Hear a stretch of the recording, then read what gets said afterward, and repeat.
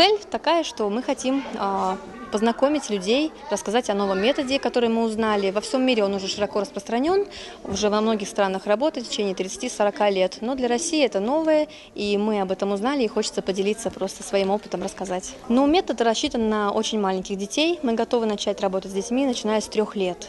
И методика такая, что детям очень интересно, очень увлекательно, они не чувствуют вот этой тягости занятий и с удовольствием занимаются. От нашего традиционного метода отличается, наверное, тем, что, во-первых, очень раннее начало, да, мы начинаем с 2-3 лет работать. В нашей системе это самый младший возраст, 5-6 лет, да, и отличается тем, что мы очень много слушаем.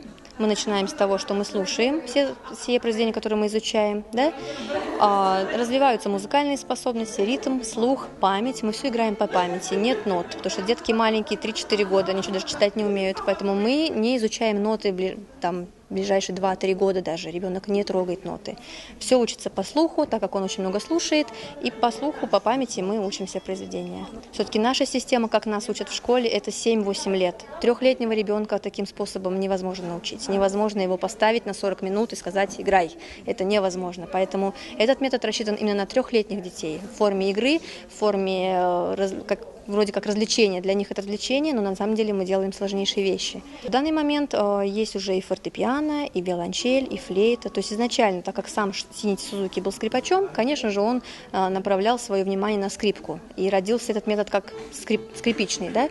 Но в дальнейшем стали многие использовать, и сейчас уже очень широко распространяется, и гитара уже есть, и аккордеон подключается, то есть уже все инструменты используются. Хотелось бы, да, чтобы метод распространился в России. Сейчас мы начали в Москве, но мы надеемся, что в дальнейшем еще появятся желающие педагоги, которые обучатся этому методу, потому что мы не сразу к этому идем, да, мы должны обучиться у педагогов из Европы, и мы очень хотим, чтобы и в Якутии нашлись такие педагоги, скрипачи, виолончелисты, пианисты, которые захотят обучиться этому методу и принести это в Якутию, подарить это нашим детям.